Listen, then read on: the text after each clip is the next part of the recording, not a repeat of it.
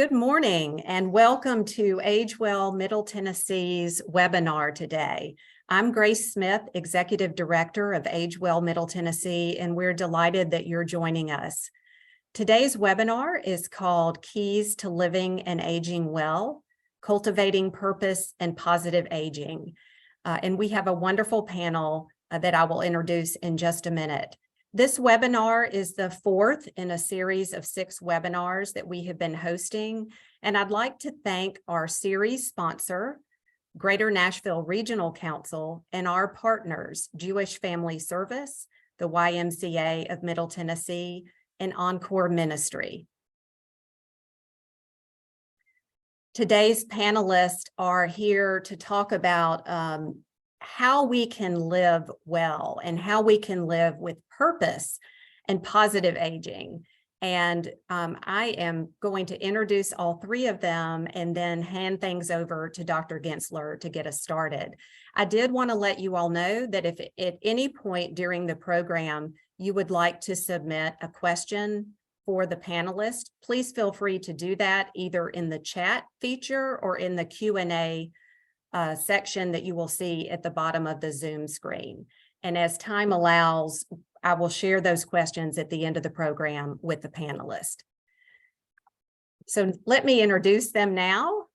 Reverend Dr. Rick Gentzler is Director of ENCORE Ministry, which provides consultation, training, and support and resources, along with grant funding for congregations in the Tennessee Western Kentucky Conference of the United Methodist Church. He is an internationally recognized leader in the field of aging and older adult ministries. He has written nearly a dozen books and hundreds of articles on aging and ministry. And his latest book, An Age of Opportunity, Intentional Older Adult Ministry, was published in 2018. I've had the pleasure of working closely with Rick when he served as a board member of Age Well Middle Tennessee, including his tenure as board president from 2018 through 2019. Our second panelist is Reverend Dori Gorman, who is an ordained minister who graduated as a ministry student from Baylor University in Waco, Texas, and received her Master's of Divinity from Emmanuel Christian Seminary in Johnson City, Tennessee. Since 2019, she has been a member of the Y of Middle Tennessee. She has been the Y of Middle Tennessee's chaplain, serving 170,000 members, 2,500 staff, and programs impacting over 10,000 kids. Our third panelist is Reverend Dr. Gary Hauk, who serves as retired volunteer chaplain at the Maryland Farms YMCA. Prior to that, he was associate pastor for administration at Forest Hills Baptist Church and previously worked for over 33 years in a variety of roles, including publishing director at Lifeway Christian Resources. What you may not realize is that Gary is Dori's father. And when we were discussing today's webinar, she told me that he developed a personal roadmap, which he called the Possibility of Next, when he first retired several years ago.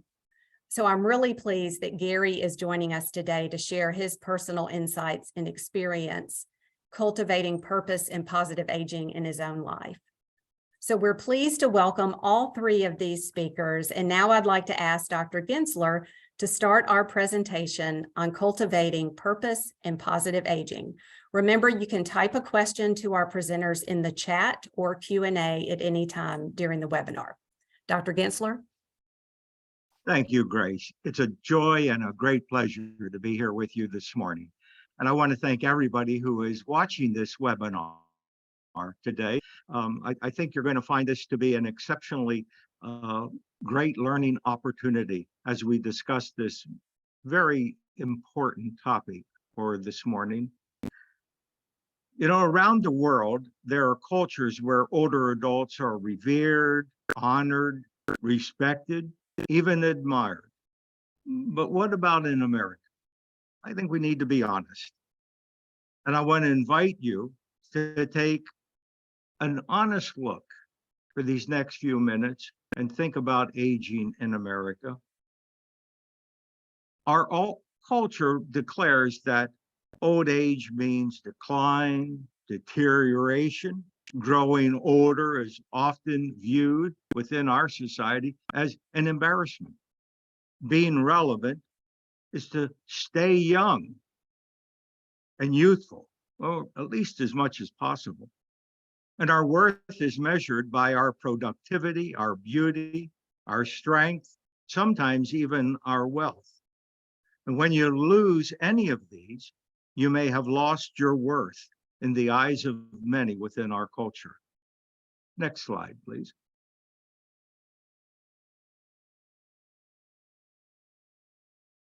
Our culture puts a premium on youth and beauty and vitality. And if you're seen as losing any of these, you're considered over the hill. Perhaps some of you have even participated in birthday parties where balloons and plates and everything else had over the hill, obviously in a negative connotation. Unfortunately, the myth of aging, that you're over the hill, is a byproduct of a culture that worships youth and abhors getting old. Aging is seen as bad, and old is ugly. As a result, many people don't want to be viewed as an older adult. Next slide. How we age often depends on the way we internalize society's images of older adults.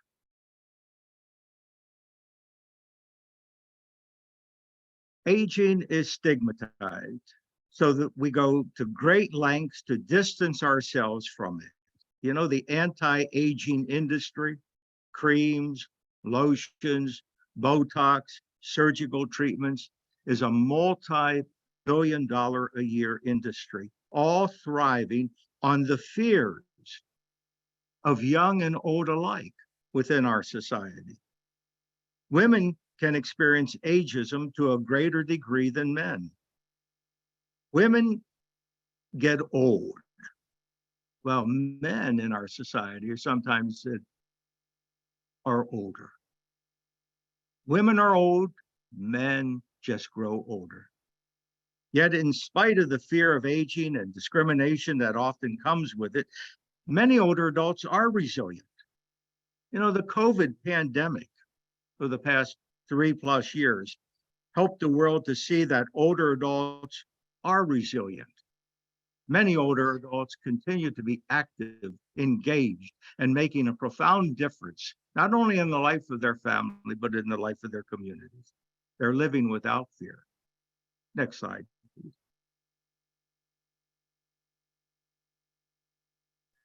When I talk about ageism, it's helpful for us to understand what the term actually means. First coined by Dr. Robert Butler from the National Institute of Health, ageism is prejudice or discrimination against older people due to the negative and inaccurate assumptions and stereotypes that come with aging. Ageism is hard to overcome because it is so prevalent within our society. Not everyone attending the webinar today will experience sexism, but some of you have and will. Not everyone attending this webinar today will experience racism, yet some of you have, some of you will. But if you live long enough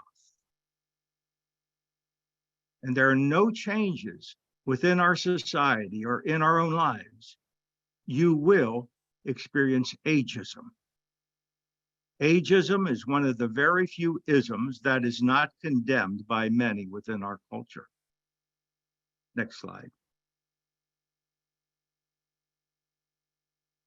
Interesting quote that I invite you to read, to ponder, and to think about. Within our culture, there's two contrasting views of aging.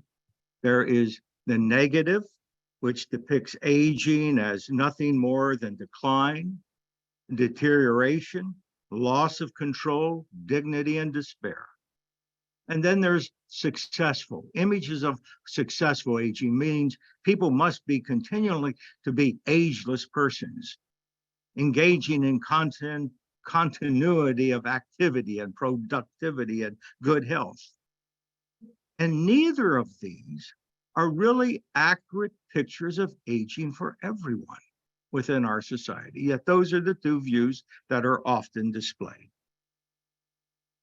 Next slide, please.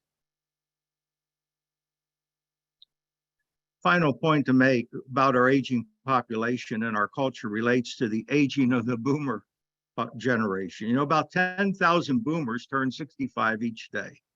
Because so many people are aging and living longer, the aging population is characterized as a natural disaster happening in the United States, a tsunami threatening our society. There goes Social Security, Medicare, healthcare costs, and all of these problems that are going to come our way simply because of all these old people within our population. Because of the negativity of aging within our society, as we grow older, not take full advantage of opportunities presented to us because of our own self-imposed ageism, either personally or within our culture and in our society. Next slide, please.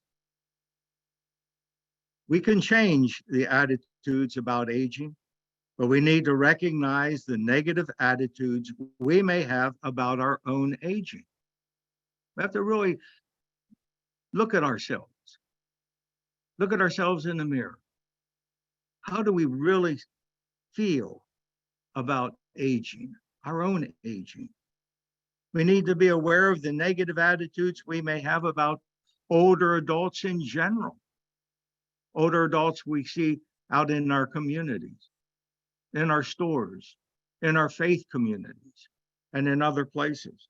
It'll be interesting to see what happens now this morning, since Biden has announced his candidacy for re-election. And you know there's going to be a lot of ageism that will be thrust out within our society as a result of he is too old to serve again as president. Or even should Donald Trump get the candidacy, for he too would be thrust in that same light of ageism. I'm not talking politically. I'm talking about age itself and how people may see people just simply because of their age.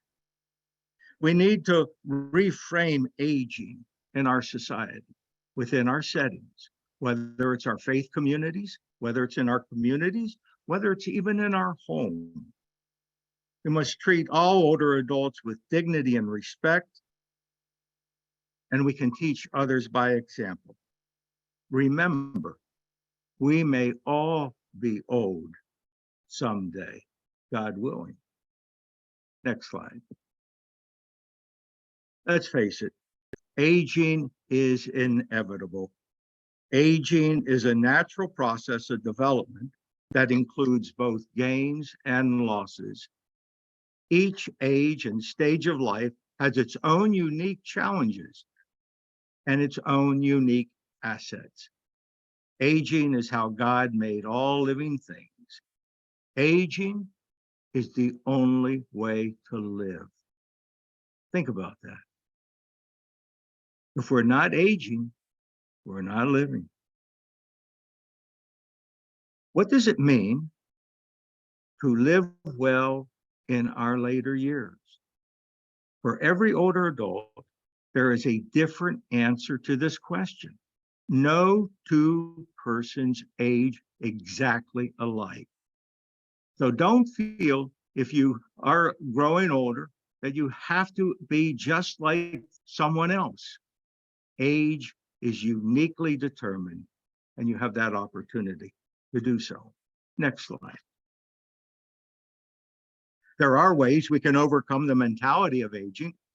Just to start by embracing your own aging, no matter what it is. What is your age? Embrace that age. Whether you're 45, 55, 65, 75, 85, 95, 105. Embrace the age where you are today. Stand in front of the mirror if you must, and announce, I am the perfect age for me today. My worth is not based on what I still do or what I can't do anymore. My worth is not measured on what I look like. Next slide. This is a chart that gives us some characteristics of positive aging. And they're just some characteristics. There's certainly more, but if we just start at, let's say, the 1 o'clock time, and we move clockwise around this circle of positive aging, see, open to new ideas. Positive aging involves being open to new ideas, maintaining hope in life, continuing to learn. I think to retain a sense of humor,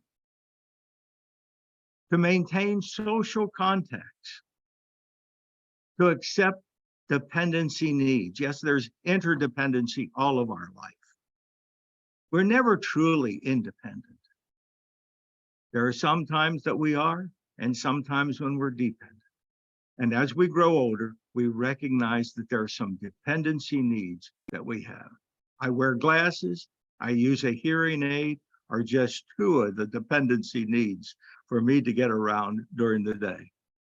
To care about others are just some of these basic characteristics. Obviously, there are additional characteristics that promote positive aging, such as exercise, healthy eating, having a healthy diet, our eating habits, just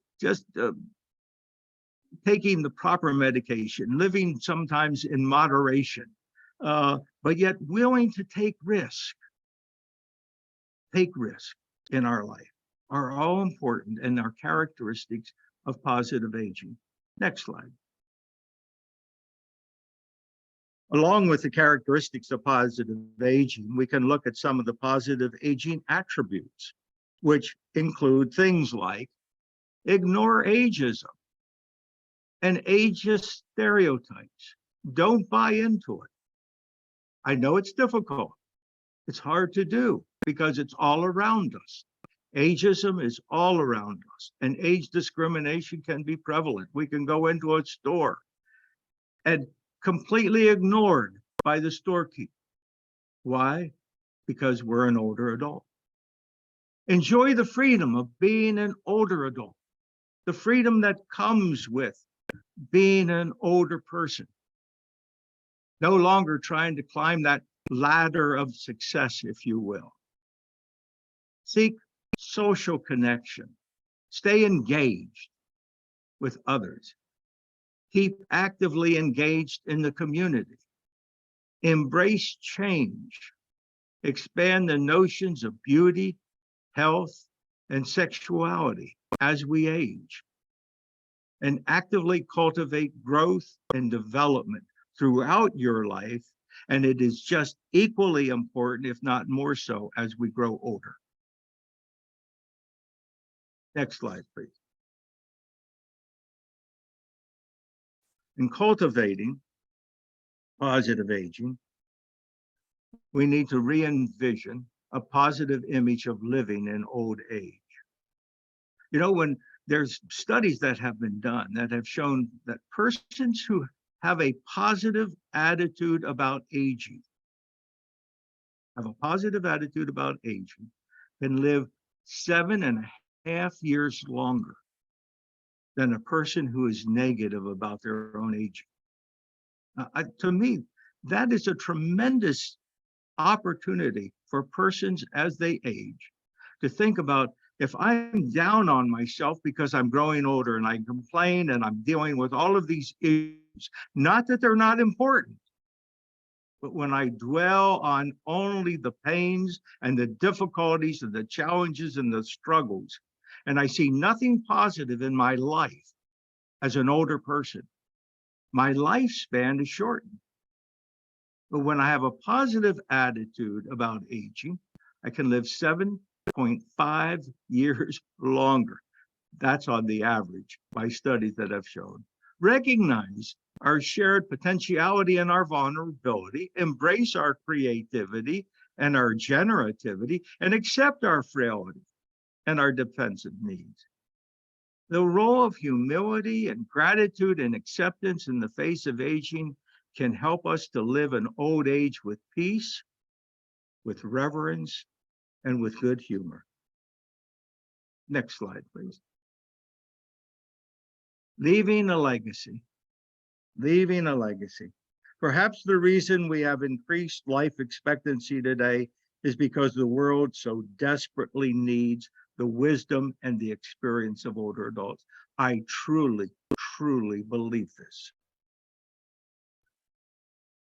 In 1900, life expectancy was around 46, 47 years.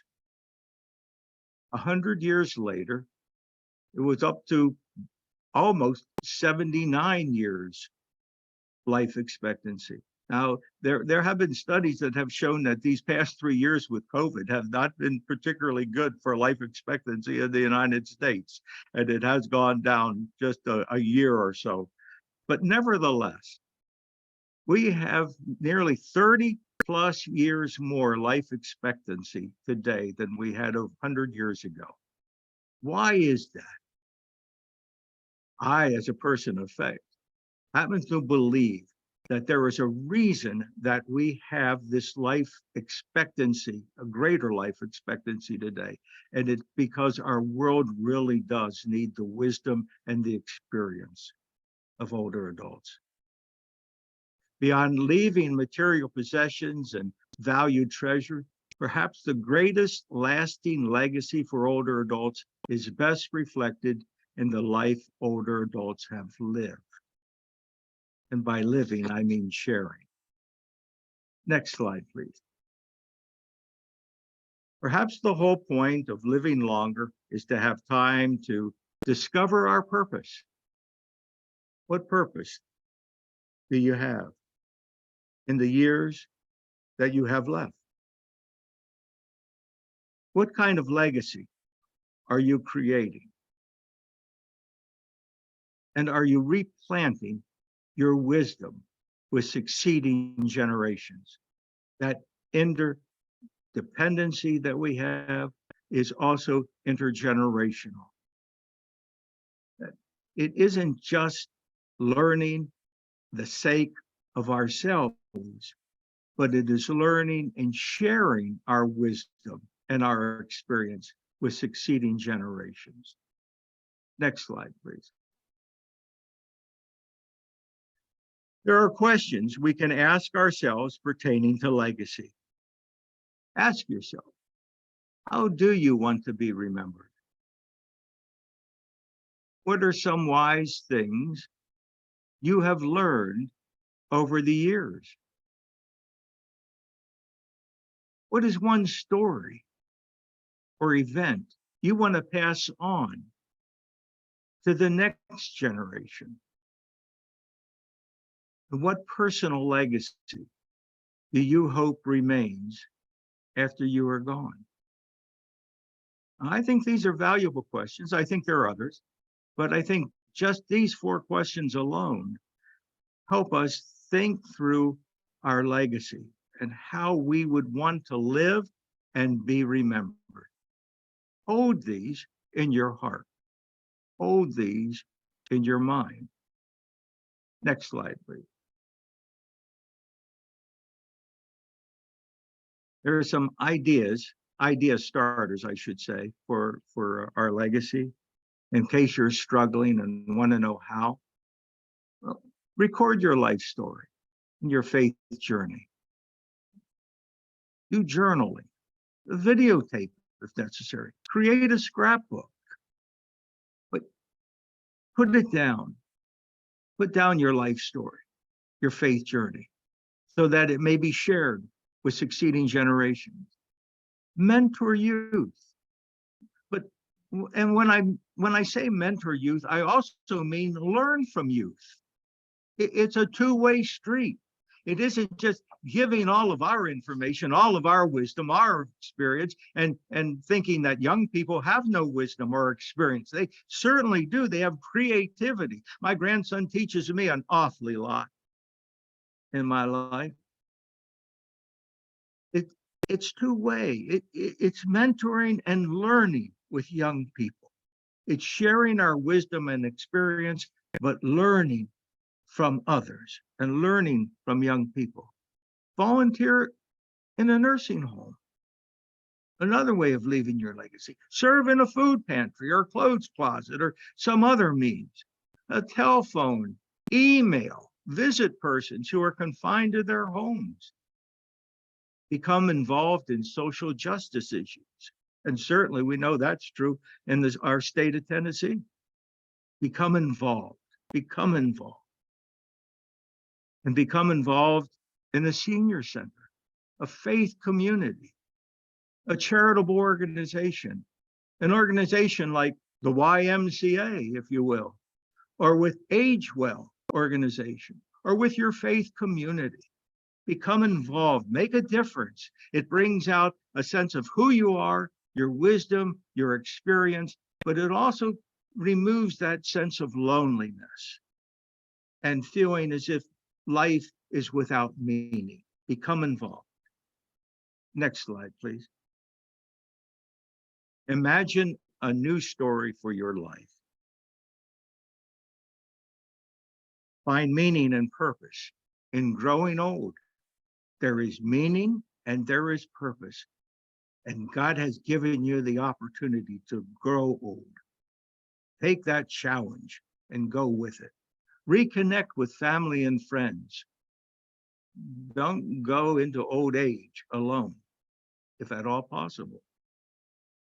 Take time to pray, to learn, to grow, to create. Possess an attitude of gratitude for each and every day. Use your wisdom to enhance our world. Try something new and serve as a sage, as a wise elder to the next generation who so desperately needs the wisdom and the experience of our elders.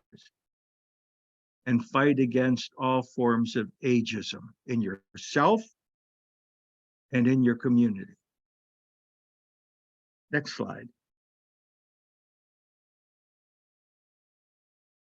Working together as a community, as a family.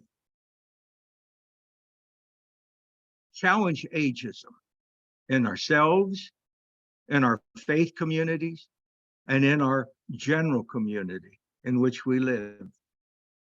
Create new language and models that embrace the full life journey. Create new paradigms so that older adults can participate fully with their capabilities and ambitions at all stages of life. All persons, really, for all stages of life. That each and every stage of life is a gift.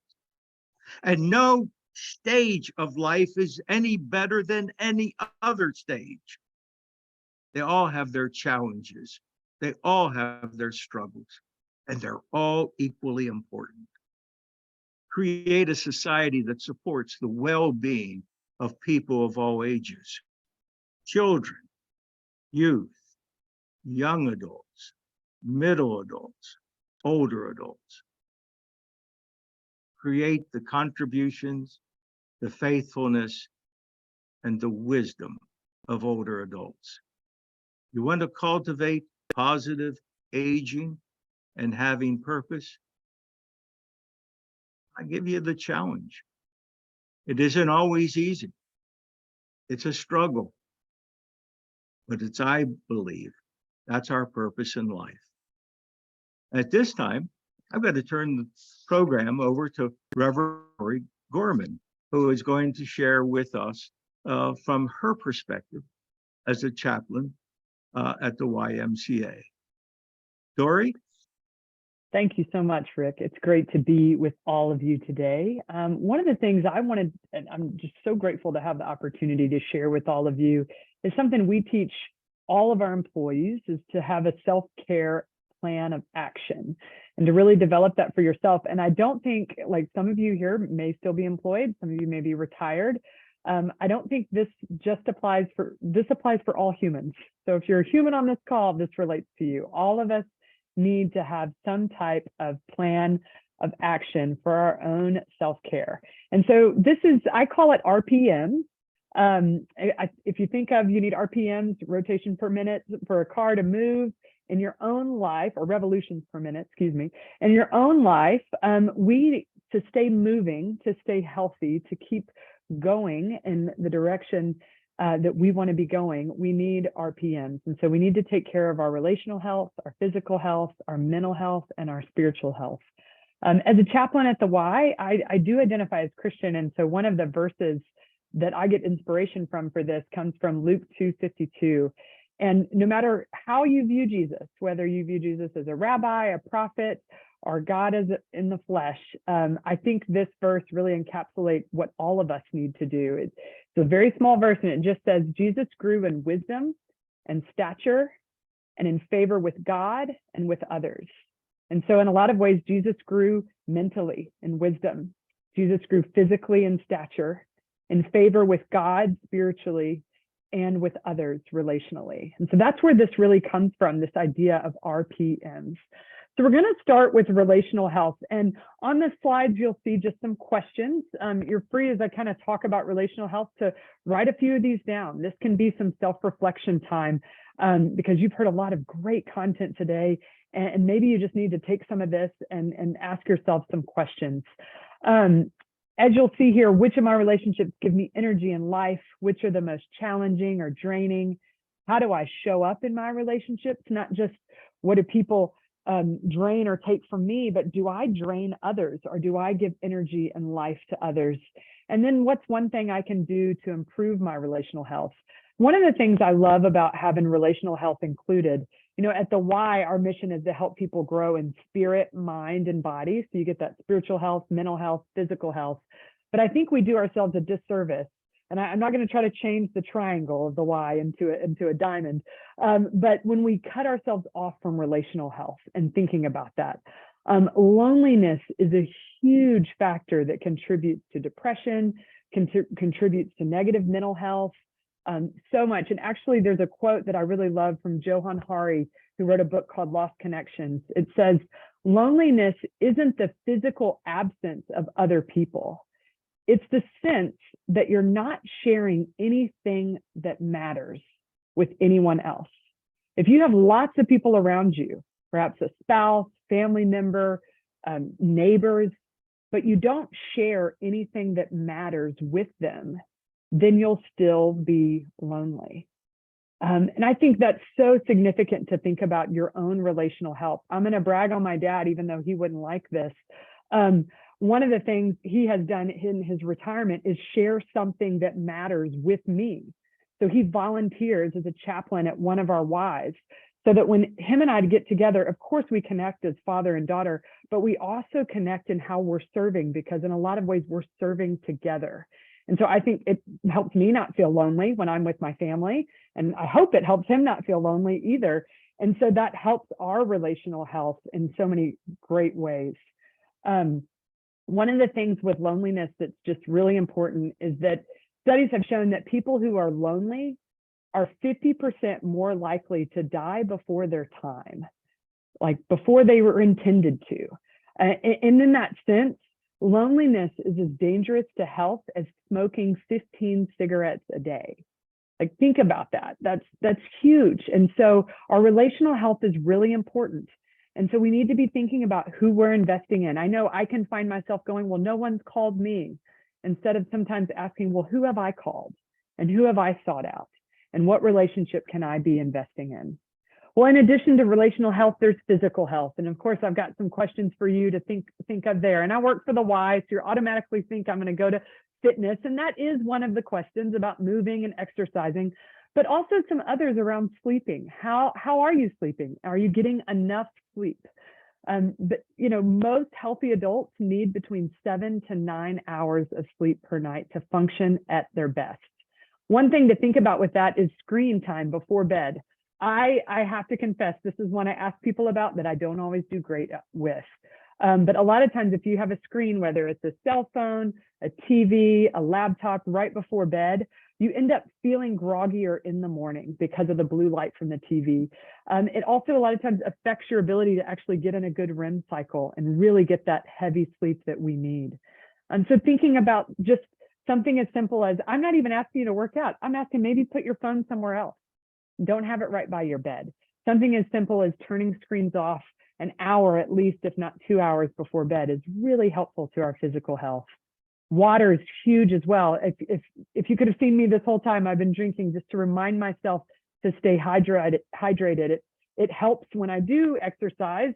It's keeping me hydrated, but it also just increased my energy levels, keeps me from getting headaches, all sorts of good things that water can do. So just be thinking about those questions and kind of asking, okay, what's one thing, just one thing I can do to improve my physical health? Now, mental health. I find this fascinating. The average person, when they're asked how they are, they say, I'm fine, 14 times per week. 14 times, I'm fine. But only 1 out of 5 people mean it when they say it. I've often said the word fine just stands for feelings in need of expression. Likely are, chances are high that we're not always fine. And what do we do when we're not okay? 1 in 4 people will experience mental illness in a given year. And all of us have mental health. And I know that that's a concept I didn't necessarily grow up thinking about. I think about I have physical health, and then there's physical illnesses. And sometimes when we think of mental health, we automatically go to think of mental illnesses. But we all have a mental health. And just like I could ask, how's your physical health? We need to also start being able to answer, how is my mental health? What have I been thinking about recently? What thoughts are dominating my mind? What have I lost? And have I really sat with grief in a healthy, constructive way? Or am I just in denial and avoiding it? Maybe even when I look at others, instead of kind of asking what's wrong with them, maybe I can start to ask, I wonder what's happened to them in their life. And really begin to think about our own mental health and the mental health of others. And also thinking about what we fill our minds with. What are we spending our time reading? Reading can be so good when it is healthy and constructive and even imaginative and creative. But reading can also kind of end us down a spiral of we're clicking on the next thing and the next thing. And there's even a term of doom scrolling, where we're just filling ourselves with negativity and we don't even realize how it's impacting us until someone comes by and we snap at them and we don't even know why or what's happened. If you look for reasons why you are not enough or this world is not enough, you'll find them. But if you look for reasons to confirm that you are loved and you are made in the image of God, you will find that too. And so what are you filling your mind with? And how are you contributing to either the health of your mental life or to its decline? And then last of all, spiritual health. It is just, science kind of backs this up, and I love it. Prayer and spirituality have been linked to better health, less hypertension, less stress even during difficult times, more positive feelings, less depression, just an overall greater psychological well-being. So, whether that kind of inspires you to maybe reconnect spiritually, or, maybe it encourages you to reinforce a commitment that you already have in your faith life, or maybe it's just good food for thought for you. This is just some of the research I think is fascinating around spirituality and health and the connections of prayer and our mental health and our physical health and all of those things. And so, spirituality is a very personal experience, and everyone's spiritual path is unique. So I come from a Christian perspective, but there are numerous spiritual stress relief strategies that are helpful for so many people, no matter their faith. And so I think tapping into some of those are very important. What does it look like for me to feel connected to someone or something bigger than myself? However that is for you. That is what spiritual health really means. What are my practices for growing in my faith? What am I grateful for? What is one thing I can do to improve my spiritual health? And this is just a small plug, but like one thing we have at the Y that we're rolling out, it'll be at all of our centers, we hope, in July, is something called Centering Practice, which is a class, 20 minutes of sitting in silence with others. And you just, when your thoughts wander, you have a centering word that brings you back. But it's a great spiritual practice that you can do, but don't have to do it alone, to kind of fight that loneliness. And so spirituality is also something that we can do with others. Many of you may have faith communities, and that's so significant to our health and our growth. So those are just some of the things we talk about at the Y with our staff of how to be growing in your relational, physical, mental, and spiritual health so that we don't get stagnant, so that we can keep moving and growing into the life that we were made to live. So with that, I now get the great pleasure. I don't think I've ever gotten to introduce my dad, so this is so great, but to introduce you to one of my favorite people of all time, Gary Hauk. Oh, Dori, you're so gracious and kind. It's great to have you have a daughter, and thank you for the advice for an old man in the crowd. To start with, let me back up a little bit. My first career out of college, out of seminary, was I was both a college minister and a senior adult minister at the same church at the same time. So I got to see generations deal with some of the same issues. And now, as an older adult, I remember oftentimes thinking about the commonality between generations and what we experience. For example, identity, college kids saying, who am I, what am I going to become? Older adults saying, what am I and who am I going to become? And some of the same kinds of things. And there was an older man in those days that meant a lot to me, that he said, Gary, you got 4 choices when you grow older. You can do 4 things. One is you can deny it. You can live a life that says, I'm going to just deny it all. It's not happening as you get older. Secondly, you can try to defy it. I don't care what they say. I can still climb those stairs. I don't care what they say. I still can do whatever. You can deny it, you can decry it, or you can defy it. I don't, defy, decry, and deny. I'm getting lost here in my thoughts. But the one that really struck me was the 4th one. You can amplify it. So as I've grown through the years, I've said, okay, you got choices. You're going to feel the denial. You're going to feel the try to defy it. You can feel the decrying kind of motifs, but you've got a choice, and you can choose to amplify it. So as I went through my career, I was in my early 60s after being at a Lifeway Christian Resources for a long time and doing a variety of roles. And, it came that day when someone came in and said, Gary, it's time to retire. And, it's kind of that shock, that pain, that whatever, I'm not needed now. We're going through a reorganization. So they were struggling. So I sat down that night and just wrote some things just to say, okay, for the rest of your life, let's think forward. Let's seek to amplify. And so I want to share some of those kinds of thoughts. And I start more from a principle based, and I think everyone has to kind of do this their own way. I love what Rick said earlier when you say that you age, everybody has to choose their choice of how they're going to do that. And this is what helped me. First was to express praise. And I also come from a Christian tradition. Other people might say this, express celebration of life, but look forward, look positive, and to think in terms of how am I going to grow spiritually each and every day? And can I live life in a more praise-oriented celebration kind of way? One of the other principles I wanted to come about was to stay connected. I think you got to grow in your relationship. If you're married, to your spouse, to kids, to friends, choose to live connected every day and keep contributing. Was a principle that I chose to live by and seek to do along the way. And some quotes there. I love the idea that creativity and contribution knows neither time nor age, and that you can experience and give a contribution all of your life. One of my life prayers has been, keep me alive as long as you live. And I'm ready to go when I quit being alive along the way. And we all know that you may face some age where you don't have some choices in that, but I'm going to choose and pray that I will be alive as long as I live. Another way to say that would be is don't die till you're dead. It's kind of the triple D formula for living. Don't die till you're dead. Stay alive, stay contributing, stay making a difference. I like another quote that goes along with that is, let the fruit of your work grow up on other people's trees. Can you contribute in a way that's going to allow people to grow under? People have often said, plant trees that somebody else will sit under the shade. And that's another kind of way to get at that. So along the way, and I chose one of my principles to live by was to stay hungry. And I don't mean I like food, but I mean, boys, stay leaning into learning and growing. Every day, what am I learning today? What am I hungry for? I've always felt that persistence trumps talent, and that stay with it, keep learning, keep growing along the way, and then stay healthy.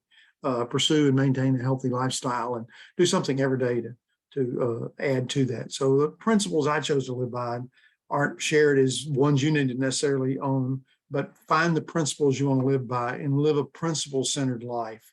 And these are thoughts that I come back to pretty annually and pretty regularly now that I'm 10, 12 years past that day of retirement and joining the older crowd as we go. And then for me, there's a transition. Oftentimes when you retire, people will often ask, what do you do? And I always say, well, I don't know what I'm doing, but I can tell you what I'm being. And I'm going to be more about the being side of this, but there's some transitional tasks that I think you go through more regularly than just immediately. But I want to share some of those. So if you'll change the slide, I'll talk in terms of that, of how I come at transition. I put it as soul casting, and for me as a believer and Christ follower, I look to scriptures to say, what are the meaning of life that comes? And I did that through characters of biblical stories. And in the Christian faith tradition, you've got a Moses, you've got a David, you got a Joshua. How did they come at life, and what can I learn from them so that I cast my soul?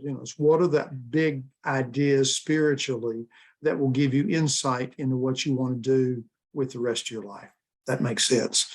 And then I put it as cause connection or passion pursuits.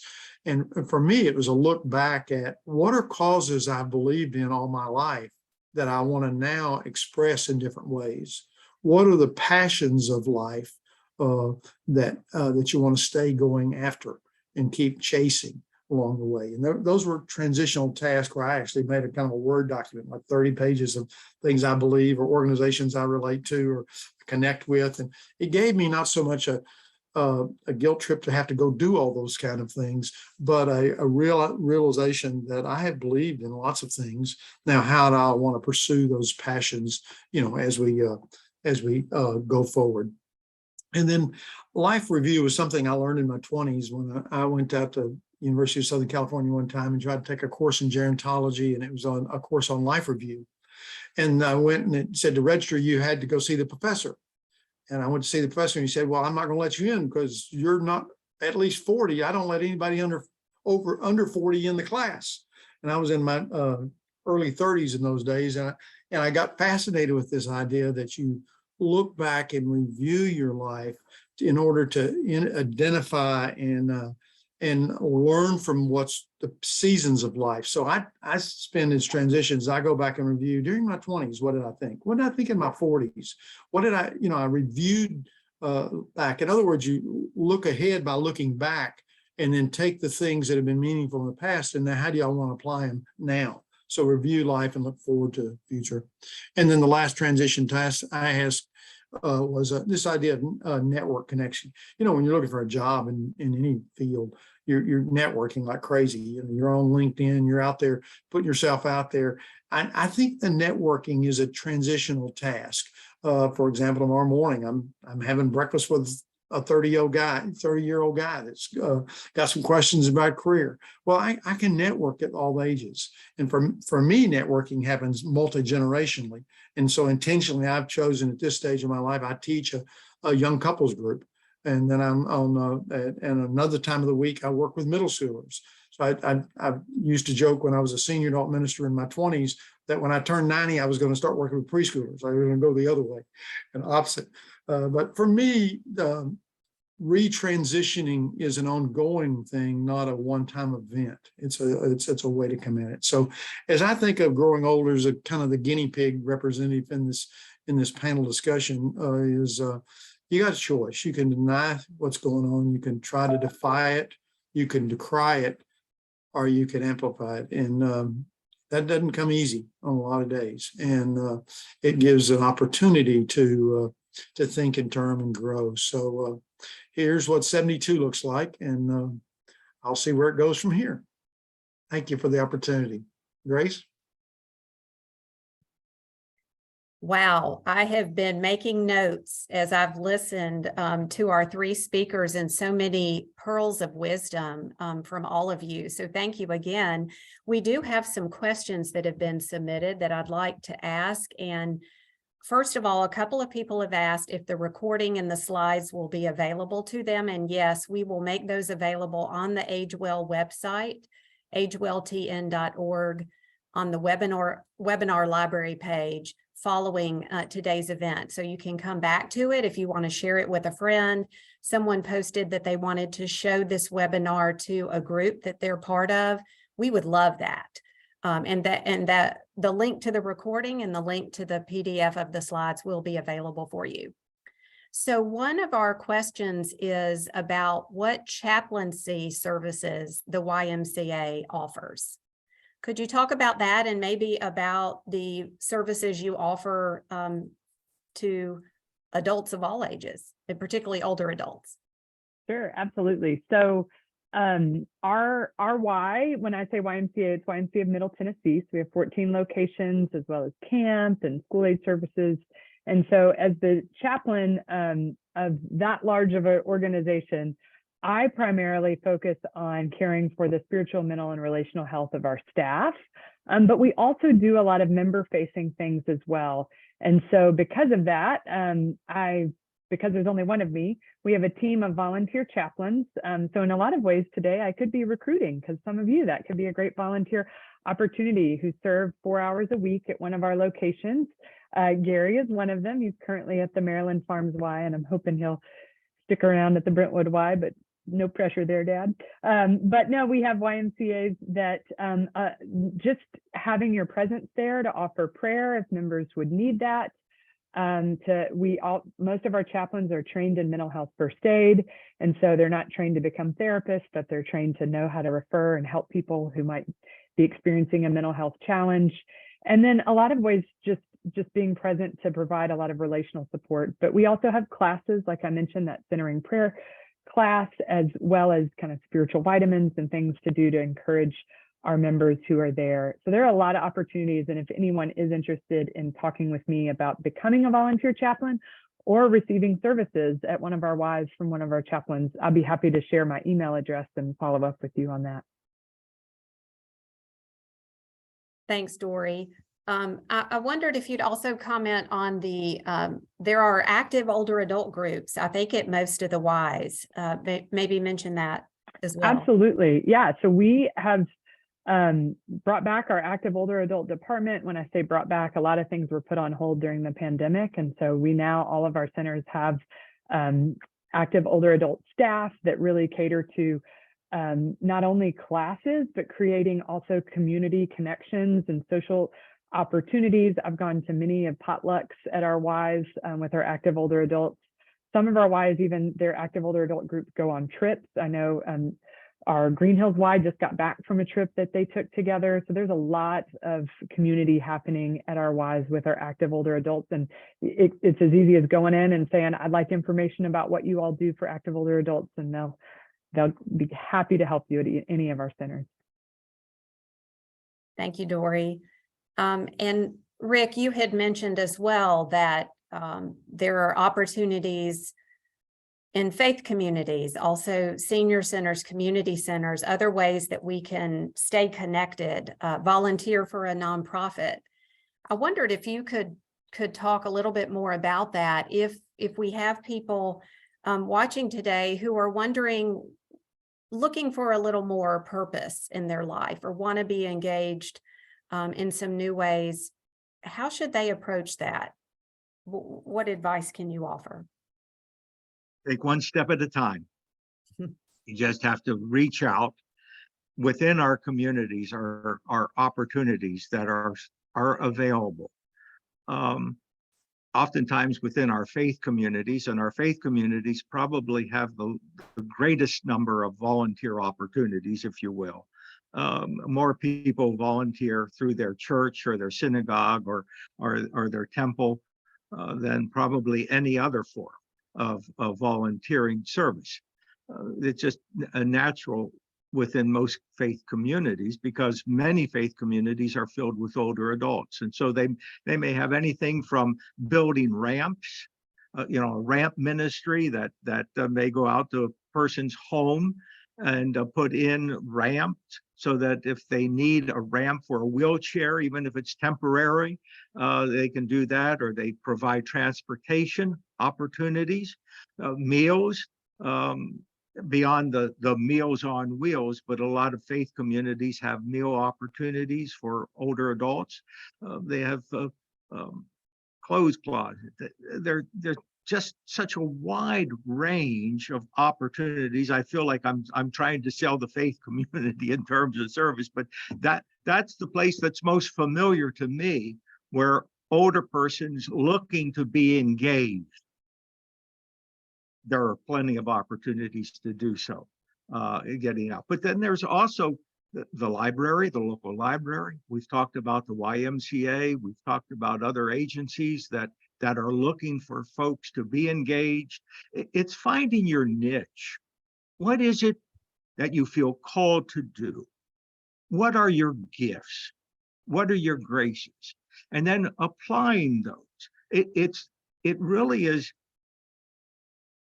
knowing who you are, what you like to do, what you feel called to do with your gifts, and then searching it out, talking to others, becoming involved within your community or your faith community in some way is a way of that.